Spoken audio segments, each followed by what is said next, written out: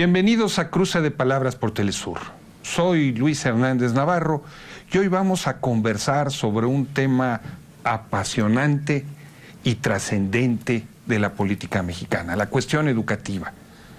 Desde hace más de 6 años ha habido una enorme tormenta alrededor de un conjunto de reformas legales que en los hechos abrían la puerta a la privatización de la educación pública y que quitaban prestaciones y conquistas importantes a los maestros. Hoy parece ser que esa negra noche del magisterio de la educación pública pareciera llegar a su fin. Y para conversar sobre este tema están con nosotros en el estudio la maestra e investigadora educativa Teresa Garduño y el profesor y director de la Escuela Primaria Centauro del Norte, Pedro Hernández, una escuela ubicada en el barrio de Iztapalapa, un barrio popular muy numeroso en la Ciudad de México. Maestros, maestra, muchas gracias por estar con nosotros. Durante muchos años, los últimos 6 por lo menos, los maestros democráticos, un sector muy importante de investigadores educativos, demandaron la abrogación de una reforma legal que cambió completamente el marco de la educación en México. Hoy pareciera ser que esa abrogación está a punto de completarse y se va a hacer una nueva redacción en el marco de un nuevo Congreso con otra correlación de fuerzas en el país. ¿Es eso cierto, maestra, Pedro? Bueno, en principio la iniciativa habla de realmente abrogar la reforma, pero en el fondo, en la estructura de la ley, todavía hay algunas cuestiones que hay que considerar. De entrada, nosotros pensamos que tendría que haber una claridad en cuanto a la legislación del tercero en lo educativo y la legislación en lo laboral a los maestros en el 123. Esa es una de las primeras cosas que tendrían que quedar clara en esta reforma, para que los maestros puedan recuperar sus derechos que les fueron arrebatados en la reforma anterior, fundamentalmente a través de la evaluación punitiva. Pedro, ¿hay elementos de continuidad entre la nueva propuesta que el nuevo gobierno está haciendo y la anterior reforma educativa? Bueno, lo que tú llamas una noche negra en el magisterio y la educación, nosotros le llamamos una guerra que desde el ámbito federal, estatal y de distintos niveles de gobierno se desarrolló durante todo el sexenio contra el magisterio, y no es una metáfora.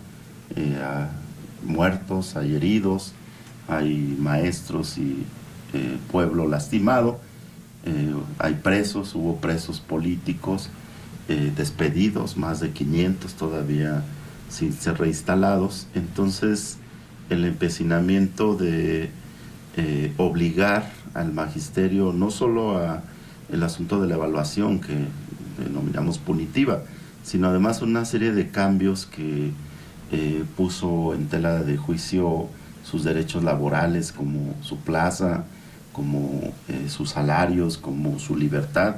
En varios casos pues está un resultado adverso hacia el magisterio, una campaña que tú documentaste muy bien en los medios, exacerbado hasta decir basta, que los culpables de la baja calidad educativa en el país, los maestros. Ahora el gobierno de la Cuarta Transformación ha planteado desde campaña, primero pues la abrogación, de lo cual estamos de acuerdo. Se ha empezado a dar los pasos para que se desestructure todo un andamiaje jurídico, normativo, político, administrativo, de control hacia el magisterio. Hay una iniciativa que presentó el presidente el pasado 12 de diciembre que podríamos echar las campanas al vuelo y decir, está ya, pero ahora hemos visto la complejidad de poder revertir esa serie de reformas llamadas estructurales, particularmente al tercero constitucional, que está llevándonos también a una nueva batalla. Por un lado, ambas cámaras necesitan un porcentaje de votos para las 2/3 partes aprobarlo, que no lo tiene el partido en el poder, y que tendrá que hacer una serie de negociaciones, de acuerdos, para que en lo fundamental, lo que se ha prometido, pues se cumpla. Sin embargo, vemos sí una parte de continuidad. Ahora ya no se le llama calidad educativa, ahora se le llama excelencia, que en realidad pues es una calidad superior, según lo describe el diccionario. Y entonces una serie de medidas que, si no logramos modificar, pues puede hablarse de que continúa esto, ¿no? Pero una de las críticas que se ha hecho es precisamente este punto que señalaba Pedro, ¿no?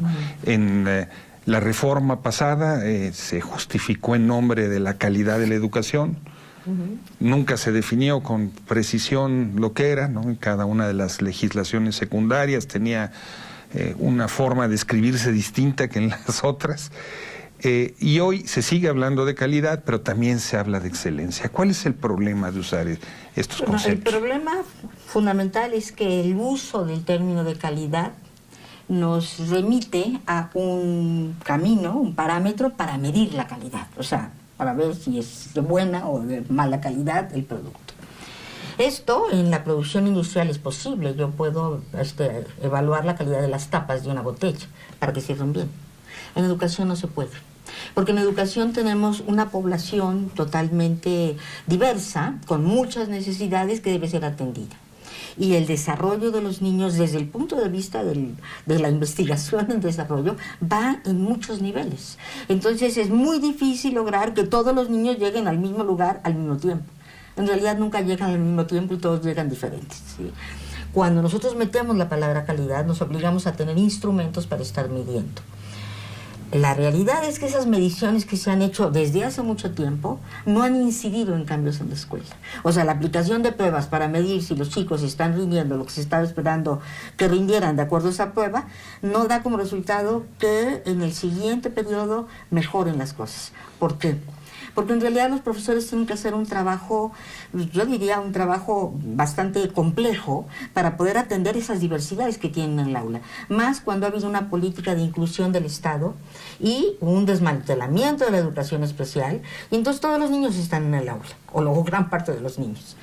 Cuando yo tengo esas diferencias, yo tengo que impulsar como profe cada uno de los niños en cada uno de los niveles.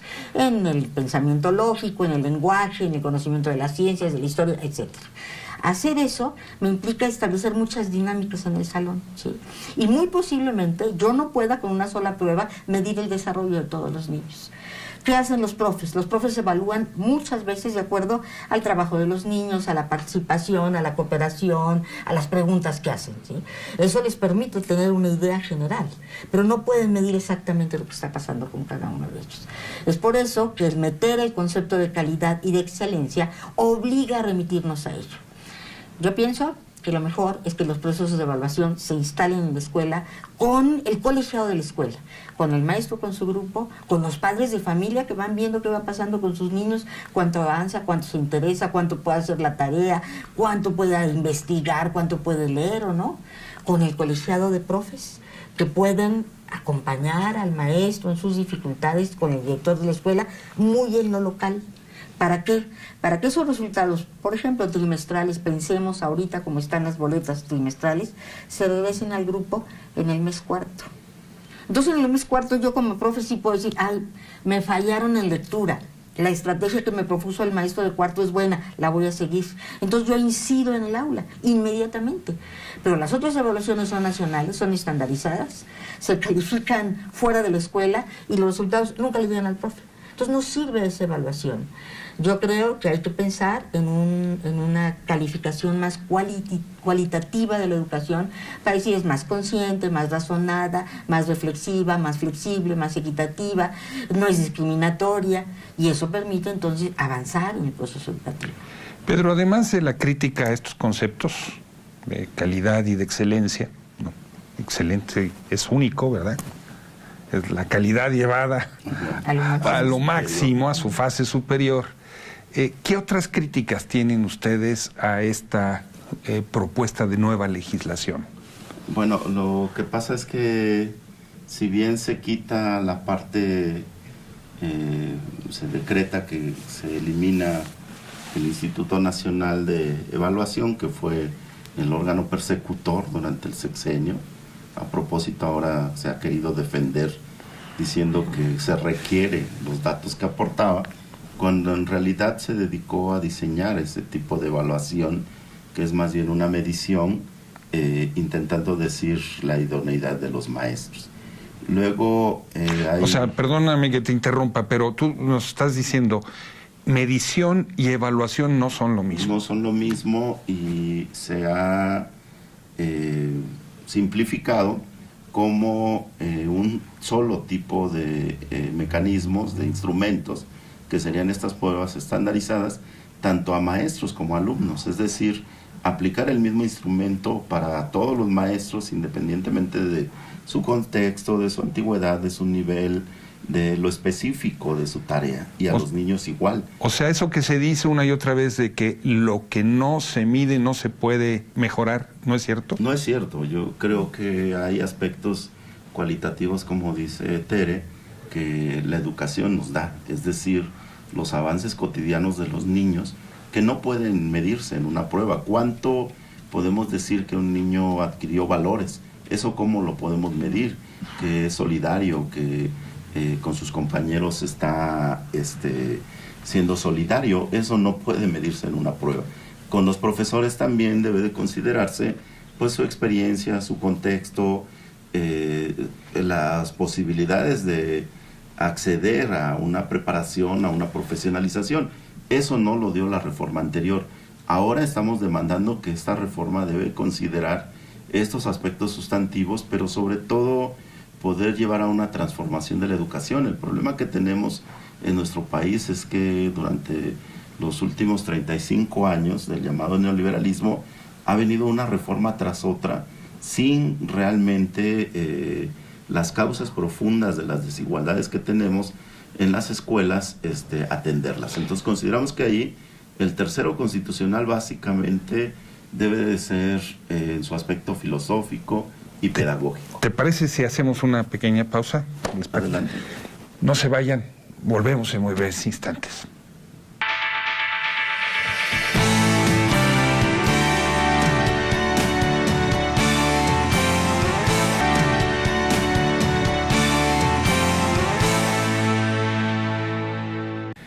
Estamos ya de vuelta en este cruce de palabras. Estamos conversando con la profesora, investigadora educativa Teresa Garduño, y con el profesor y director de la Escuela Primaria Centauro del Norte, Pedro Hernández, sobre el nuevo marco constitucional va a regir la educación en México. Tere, una de las resultados de la reforma del presidente Peña Nieto fue que al Instituto Nacional de Evaluación de la Educación se le dio rango constitucional y autonomía en su funcionamiento. En la nueva propuesta gubernamental, ese instituto desaparece, se forma uno nuevo ligado a la capacitación, que no va a tener autonomía, o por lo menos solamente autonomía técnica va a tener, ¿no? Y que ya no está reconocido constitucionalmente. Y han puesto el grito en el cielo un grupo de investigadores educativos. ¿Cómo está ese debate? Bueno, en primer lugar, habría que preguntarse si realmente tuvo autonomía. O sea, eso sería la primera pregunta que yo me hago. El instituto, sí, constitucionalmente nombrada, pero en los hechos funcionó como un órgano del Ejecutivo Federal, porque legitimó las acciones emprendidas por el Ejecutivo. Yo ahí tengo un cuestionamiento muy fuerte. La gente del instituto sabía, porque es gente preparada, es gente que ha trabajado en investigación, que no se podía evaluar el desempeño del maestro fuera del aula, que una prueba escrita no nos iba a dar el perfil de las competencias del docente, porque lo que necesitamos es al docente trabajando con el grupo y resolviendo los problemas con el grupo y haciéndolo avanzar. Eso no se midió. Eso nunca se evaluó.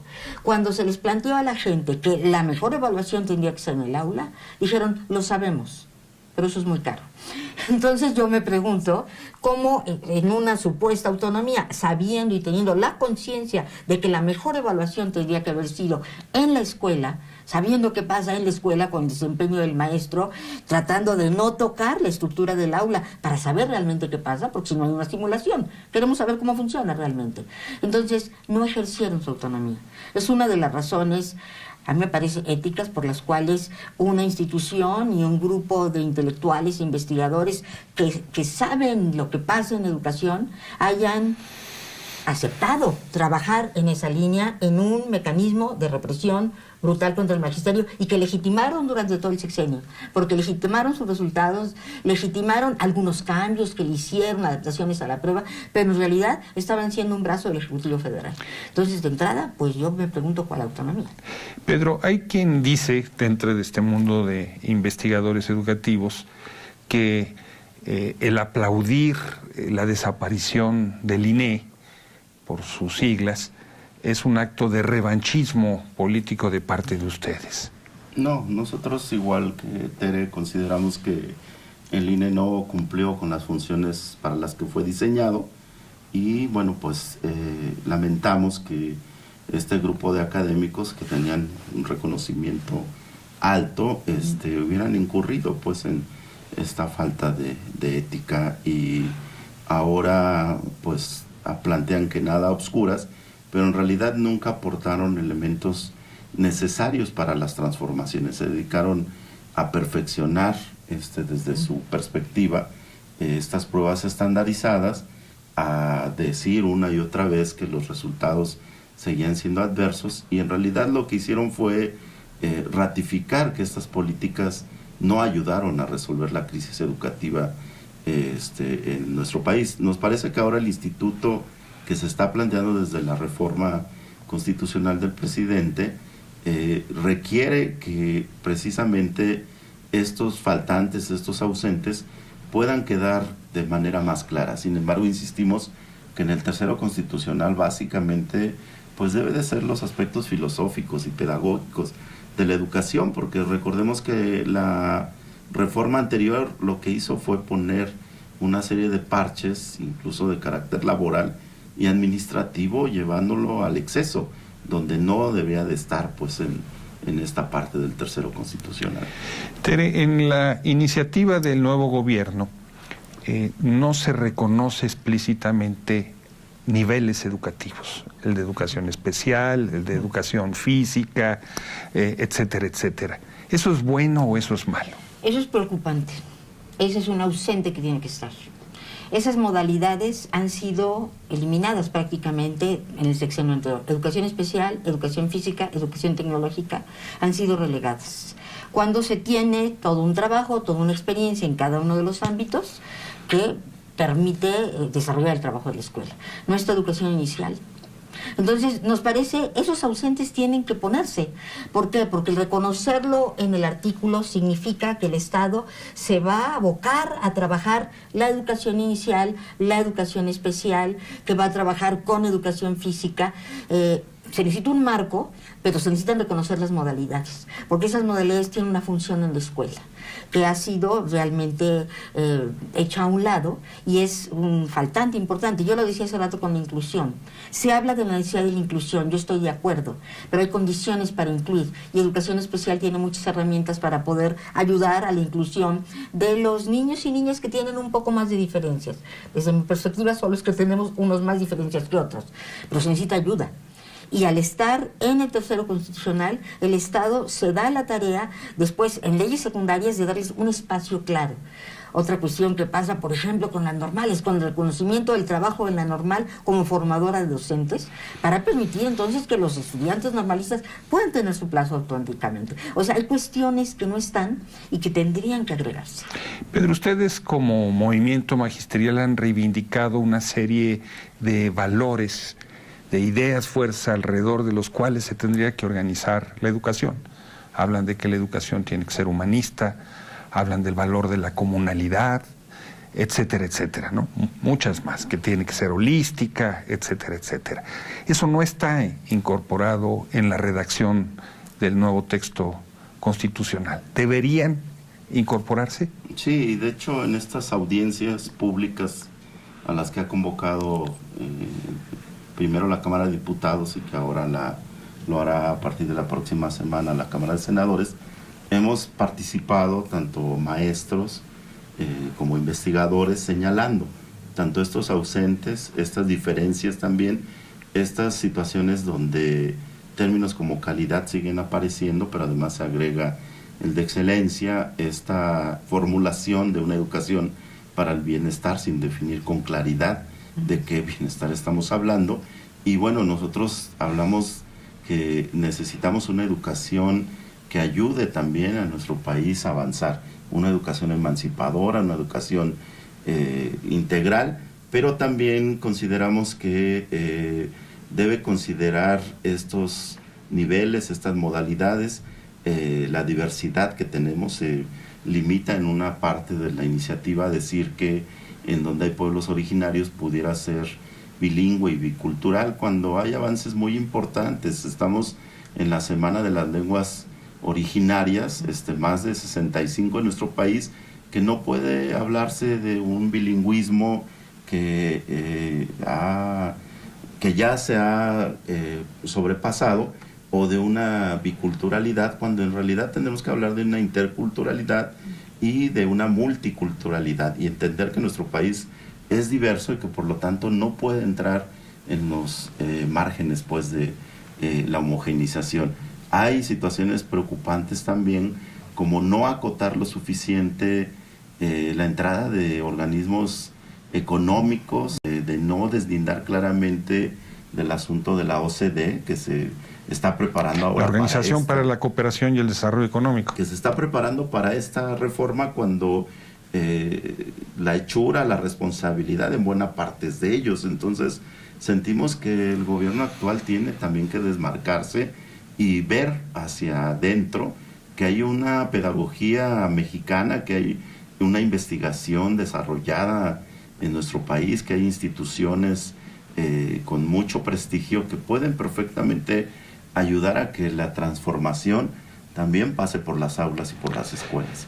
Tere, ¿tú qué otras limitaciones encuentras en la propuesta gubernamental? Bueno, otra cuestión importante es el enunciar el porcentaje destinado a la educación. A mí me parece que hay que decir que una aspiración importante es que el 12% del PIB se vaya a educación para realmente... Como señala la UNESCO. Como señala la UNESCO, o sea, lo mínimo que podemos hacer, ya ciertamente que habrá que hacer negociaciones, pero bueno, anunciarlo nos pone un panorama, una aspiración, un horizonte a donde ir. Y otra cuestión importante tiene que ver con la participación del magisterio. A mí me parece que la estructura que ha tenido la SEP, mucho más en el sexenio anterior, es totalmente vertical. Y que los proyectos que hemos visto que han avanzado son proyectos que se han dado autonomía a sí mismos. Oaxaca, Guerrero, Chiapas, Michoacán, han hecho propuestas. Algunos tienen libros, Michoacán tiene libros, estemos de acuerdo con algunas partes de los libros, pero hay un avance en la construcción pedagógica. Entonces yo creo que una cuestión importante es el reconocimiento de algo que la iniciativa ciudadana que le entregó la CENTE anteriormente estaba muy claro: los consejos locales. O sea, el poder formar con profes reconocidos, con investigadores, consejos locales que permitan orientar en una región. Porque el problema no es nacional igual, no es homogéneo. Hay muchos colores, hay mucha diversidad, hay lenguas, hay maneras de ser, hay culturas que se cruzan. Eso de intercultural tiene que ver con que se cruzan las culturas. Esos consejos locales pueden ser consejos regionales para estar presentes en este enunciado centro de revaloración del magisterio. O sea, tendría que venir acciones mucho más locales que, si no están en el tercero, las leyes reglamentarias no las reconocen. Y es necesario, para poder hacer avanzar, que tanto los procesos de investigación como de evaluación, como de formación, hay regiones que deciden su propia formación, porque son sus necesidades, lo cual está bien, porque hay un trabajo muy fuerte al respecto. Si no está eso ahí, difícilmente se va a poder instrumentar, y va a seguir una estructura monolítica de la SEP que decide, por ejemplo, la formación de todos los profes, de todos los niveles, igual. Los consejos técnicos de todo el país, preescolar, primaria y secundaria, igual. Es una aberración. Tenemos que romper esa estructura monolítica de la SEP para permitir avanzar.